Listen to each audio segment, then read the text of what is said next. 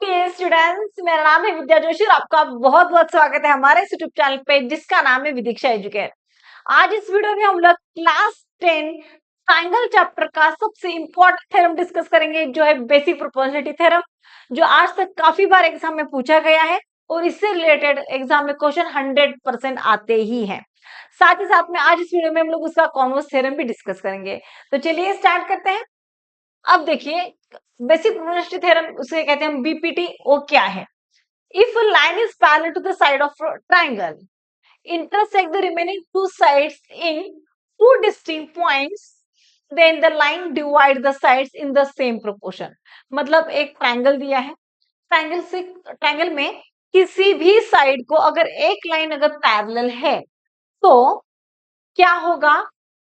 Parallel है और remaining two sides को अगर डिस्टिंक्ट पॉइंट में इंटरसेक्ट करती है तो क्या होगा? Line divides the two sides in same proportion. मतलब हमें यहाँ पे प्रूफ क्या करना है? देखिए, टू प्रूफ में यहाँ पे आएगा, अगर line L is parallel to the BC है और रिमेनिंग टू साइड्स मतलब ए बी और ए सी को टू पॉइंट में इंटरसेक्ट करती है। जैसे कि यहाँ पे देखो, line L intersect side A B at point D और ए सी को इंटरसेक्ट करती है एट पॉइंट ई, तब क्या होगा? A D upon D B is equal to A upon E C रहेगा। तो हमें क्या प्रूफ करना है? A D upon D B, A D upon D B is equal to A upon E C, हमें ये प्रूफ करना है। ठीक है, समझ में आ गया? अब देखो, उसके लिए हमें करना पड़ेगा कंस्ट्रक्शन। तो कंस्ट्रक्शन में हमने क्या कर दिया? सेगमेंट बी ई और सेगमेंट सी डी हमने कर दिया है ज्वाइन, और E M is perpendicular to A D draw किया है and D M is perpendicular to the A E, हमने यहाँ पे कंस्ट्रक्शन कर दिया है।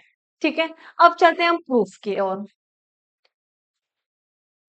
अब देखिए, सबसे पहले मैं ट्रायंगल कंसिडर करती हूँ, जो है ट्रायंगल ए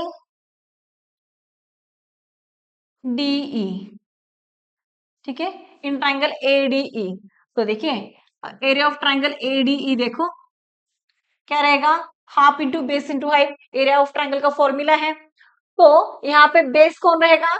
इस साइड से देखो, बेस अगर देखो ई एम अगर हमने परपेंडिकुलर हाइट ले लिया तो इसका बेस कौन रहेगा? हाइट हमेशा परपेंडिकुलर टू द बेस होता है ना, तो बेस कौन रहेगा यहाँ पे? A D. तो आपको यहाँ पे लेना पड़ेगा ए डी इंटू हाइट, हमने कौन सा ले लिया? अगर हमने बेस ए ले लिया है तो उसका हाइट कौन रहेगा? E M. तो ये इसका रहेगा height E M.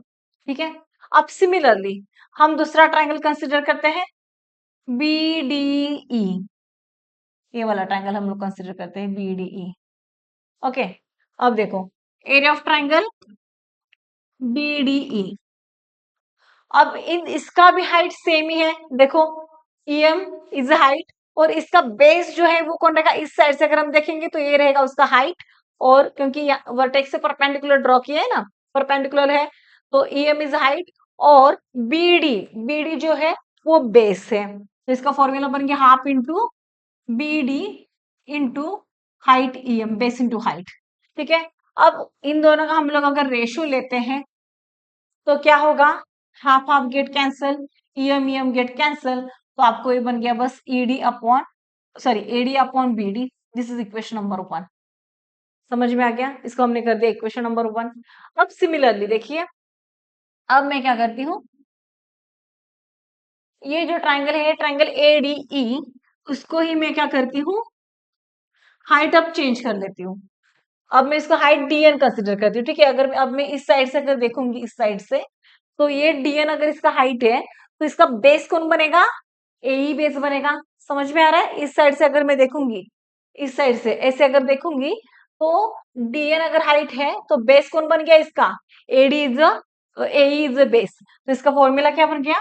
Half into D N, base into height ना, तो ए इंटू डी एन। ठीक है, सिमिलरली एरिया ऑफ ट्राइंगल, अब ये वाला ट्रायंगल कंसिडर करती हूँ मैं, सी डी ई। देखिए ये वाला अगर हमने अभी ट्रायंगल कंसिडर कर दिया, सी डी ई, ये वाला, हाँ, तो क्या होगा? देखिए सी डी ई,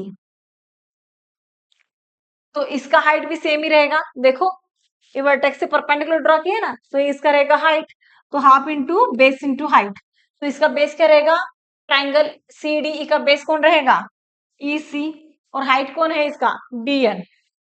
ओके, अब सिमिलर इन दोनों का ले लो रेशो, देखो half half get cancel, D N get cancel, क्या आ गया आपका, ए अपॉन ई सी आ गया, इसको हमने दे दिया इक्वेशन नंबर 2, ए हो गया।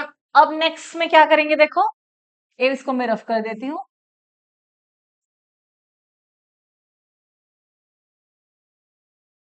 अब देखिए, अब ट्रायंगल कंसिडर करती हूँ मैं बी डी ई, कौन सा ट्रायंगल कंसिडर करूंगी मैं, ट्रायंगल बी डी ई, और अब ट्रायंगल कंसिडर करूंगी मैं सी डी ई। देखिए कौन से ट्रायंगल कंसिडर किए हमने, ट्रायंगल बी सी डी और सी ई डी। अब ये जो दो ट्रायंगल फॉर्म हुए हैं वो दोनों ट्रायंगल है सेम टू पैरेलल लाइंस में, ये दो ट्रायंगल फॉर्म हुए हैं बराबर। देखो डीई सॉरी लाइन एल और ए सी दोनों पैरेलल है, दो पैरेलल साइड के बीच में ये दो ट्रायंगल फॉर्म हुए हैं, और दोनों का बेस जो है वो सेम ही है, D is the base of both triangle. अब दो पैरेलल लाइन के बीच का जो परपेंडिकुलर डिस्टेंस होता है is always same at any point, बराबर। परपेंडिकुलर डिस्टेंस जो है आप यहां से ले लो, यहां से ले लो, यहाँ पे ले लो, कहीं पे भी ले लो, आपको परपेंडिकुलर डिस्टेंस जो है वो सेम ही मिलता है। यही तो सेम मेन प्रॉपर्टी है टू पैरेलल लाइंस की, परपेंडिकुलर डिस्टेंस उनका हर एक पॉइंट पे सेम ही होता है। तो अब देखिए डीई और हमने कौन सा ट्रायंगल कंसिडर किया है, ट्रायंगल सी डी ई, उनका क्या होगा, बेस सेम है, हाइट भी सेम है। हमने लास्ट सेशन में ही देखा है एरियाज ऑफ टू ट्रायंगल में, अगर कोई भी दो ट्रायंगल है उनका अगर बेस और हाइट सेम है तो उनके एरिया जो है वो क्या होता है, एरिया का रेशियो जो है होता है वो 1:1 होता है। ठीक है, ये लास्ट सेशन में हमने ऑलरेडी डिस्कस किया है, अगर आपने अब तक वीडियो नहीं देखा है तो उसका लिंक मैं डिस्क्रिप्शन में दे रही हूँ, आप वहां से जरूर चेक कर लीजिए। ठीक है, तो देखो यहाँ पे क्या आएगा, area of triangle BDE upon area of triangle कौन रहेगा, ट्रायंगल कौन है ये, सीडीई, सीडीई, इसका बेस और हाइट दोनों सेम है तो इसका रेशियो बन गया 1:1, तो इसको हम ऐसे लिख सकते हैं, area of triangle B C D is B C E, sorry B D C, B D E is equal to area of triangle कौन रहेगा आपका, सी डी ई। ठीक है, ये दोनों आपके एरिया यहाँ पे सेम आ गए। अब देखिए इक्वेशन नंबर 1 और 2 देखिए, इक्वेशन 1 में अब देखो इक्वेशन 1 क्या दिया है हमारा, A D E upon area of triangle B D E. ठीक है, इक्वेशन 2 में क्या दिया है, A D E upon C D E. अब ये जो इक्वेशन 3 है ये तो हमें बता रहा है बी डी ई और सी डी अलग नहीं है, एक ही है, दोनों का एरिया जो है वो सेम ही है, किसका, बीसीडी का और बीडी और सीडी का। ठीक है, और इसका देखो न्यूमरेटर सेम है तो डिनोमिनेटर भी सेम होगा, दिया है तो मतलब इसका आरएचएस सेम है, सॉरी एलएचएस सेम है तो आरएचएस भी इसका सेम आएगा, आएगा कि नहीं। तो इस हिसाब से ये बन जाता है AD upon BD is equal to A upon E C. समझ में आ गया, फ्रॉम इक्वेशन 1 2 एंड 3। देखिए न्यूमरेटर सेम है और डिनोमिनेटर दोनों के जो है वो इक्वल है, हमने इक्वेशन 3 में बताया है। तो इक्वेशन फ्रॉम 3 1 एंड 2 आपके सेम हो गए, तो इसका R H L H S same है तो आर एच एस भी इसका सेम आ गया, मतलब ये जो B AD upon B D है और ए अपॉन ई सी है दोनों इक्वल आ गए, यही हमें करना था प्रूफ, ये हो गया है प्रूफ। समझ में आ गया, ये बहुत ही ज्यादा इंपॉर्टेंट है, एग्जाम में इस पे 100% क्वेश्चन आता ही है। समझ में आ गया, चलिए अब इसका देखते हैं हम लोग converse. Converse of basic proportionality theorem क्या कहता है, if a line divide two sides of a triangle in the same ratio. अगर एक ट्रायंगल दिया है तो यहाँ पे मैं लिख लेती हूँ triangle A B C D, यहाँ पे ले लेती हूँ। ठीक है, अगर कोई साइड है जो ट्रायंगल को दो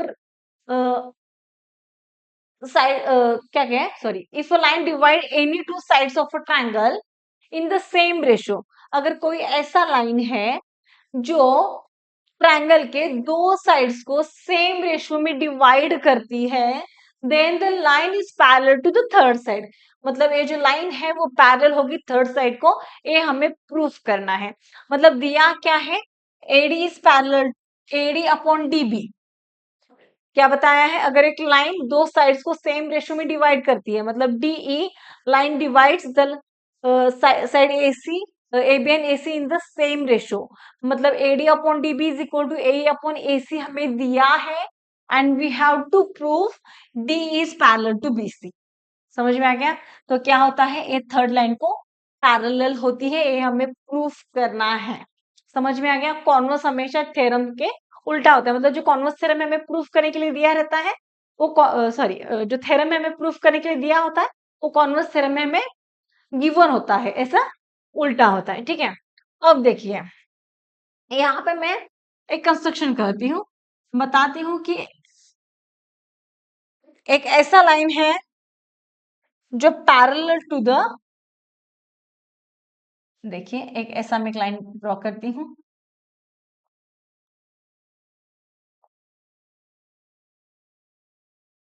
सपोज मैंने यहाँ पे एफ ले लिया, ठीक है, एफ यहाँ पे हमने पॉइंट ले लिया। अब मैंने क्या बताया है, एफ जो है वो क्या करता है, DF is parallel to the BC हमने कंस्ट्रक्शन किया है। प्रूफ क्या करना है हमें यहाँ पे, लाइन डीई या सेगमेंट डी जो भी है पैरेलल टू साइड बीसी, हमें ये प्रूफ करना है। ठीक है, अब देखिए हमने कंस्ट्रक्शन क्या किया है यहाँ पे, draw segment DF which is parallel to side BC. हमने कंस्ट्रक्शन क्या किया है, डीएफ हमने parallel to the side BC हमने कंस्ट्रक्शन किया है। अब देखिए according to the BPT basic proportionality theorem हमें क्या आएगा, एडी अपॉन डीबी, प्रूफ में देखिए क्या आएगा, AD upon DB is equal to A upon sorry F upon FC रहेगा। ठीक है, इसको हमने दे दिया इक्वेशन नंबर 1। अब हम गिवन की ओर चलते हैं, गिवन में तो हमें दिया है AD upon DB is equal to A upon A C, ये तो गिवन है, तो फ्रॉम गिवन और ये इक्वेशन 1 तो हमें क्या मिल जाएगा, F upon F C is equal to A upon E C हो गया। क्या देखिए इन दोनों का अगर LHS सेम है तो RHS भी सेम ही होगा, बराबर, ओके, ये मिल गया। अब देखिए मैं क्या करूंगी, दोनों में 1 ऐड करूंगी, एडिंग 1 टू बोथ साइड। क्या करेंगे, एडिंग 1 टू बोथ साइड, तो AF upon FC plus 1 is equal to AE upon EC plus 1 हो गया। ओके, अब देखो इसको सॉल्व कर दो, सिंप्लीफाई करेंगे पहले, AE AF प्लस, अब देखिए इसको क्रॉस मल्टीप्लाई होगा तो इस साइड चला जाएगा ना, AF plus FC upon FC is equal to क्या रहेगा, AE plus EC upon EC हो गया, हो गया। अब देखिए AF प्लस FC पूरा टोटल आपका AC आ गया क्या, यस आ गया, AC अपॉन FC हो गया। सिमिलरली AE प्लस EC, ए भी आपका पूरा टोटल AE प्लस EC आपका पूरा टोटल AC आता है क्या, यस AC अपॉन EC हो गया, हो गया। अब देखो AC AC गेट कैंसल, तो ये बन जाता है 1 upon FC is equal to 1 upon AC, इसको कर देंगे हम इन्वर्टेड, उल्टा कर देंगे, तो ये बन गया FC is equal to EC, FC is equal to EC हो गया। अब देखिए इसका मतलब क्या हो गया कि F और E हमने क्या डिसाइड, हमने क्या कंस्ट्रक्शन किया है, F जो पॉइंट है which is parallel to the DF is parallel to the BC हमने क्या किया था, अज्यूम किया था। अब ये क्या कहता है, FC, ये देखो FC और EF ये दोनों का डिस्टेंस सेम ही है, तो ऐसे C से एक ही लाइन पे ऐसे दो अलग अलग पॉइंट हो सकते हैं क्या जिनके बीच का डिस्टेंस सेम ही हो। देखो अगर एक यहाँ से एक पॉइंट है, हाँ, सी से मुझे 5 पॉइंट्स टूवर्ड दी इस साइड, अगर मुझे पॉइंट निकालना है तो मैं सपोज यहाँ पे सी ले लेती हूँ, यहाँ पे ई ले लेती हूँ, और फिर से सी से इसी पे 5 पे मुझे अगर कोई पॉइंट निकालना है, तो जो पॉइंट रहेगा ऑन द वही सेम ही जगह पे पॉइंट आएगा ना मेरा। यस, सेम ही पॉइंट रहेगा। इसका मतलब क्या होता है, जो एफ और ई है वो दोनों अलग पॉइंट नहीं है, कोइंसाइड पॉइंट है। तो क्या बन गया, F and E R coincide. So F and E R coincide, तो इसका मतलब क्या हो गया, डी ई और डी सॉरी ई एफ, ई और पॉइंट एफ कोई अलग नहीं, पॉइंट एक ही है। तो D F is not parallel to the B C, मतलब इसका मतलब होता है अगर दोनों पॉइंट सेम ही है तो ये बन जाता है डीई इज पैरेलल, डीई जो है वो पैरेलल किसको बन जाएगा, साइड बीसी को। समझ में आ गया, बहुत ही ज्यादा इजी है और इम्पोर्टेंट भी है, इस पे 100% एग्जाम में क्वेश्चन आते ही हैं। ठीक है, आई होप कि आपको आज का वीडियो समझ में आया होगा। तो आप लाइक जरूर करें और अपने दोस्तों के साथ जरूर शेयर कीजिए, और अगर अपने चैनल को अब तक सब्सक्राइब नहीं किया तो सब्सक्राइब कर लीजिए और बेल आइकन को प्रेस करना ना भूलिए।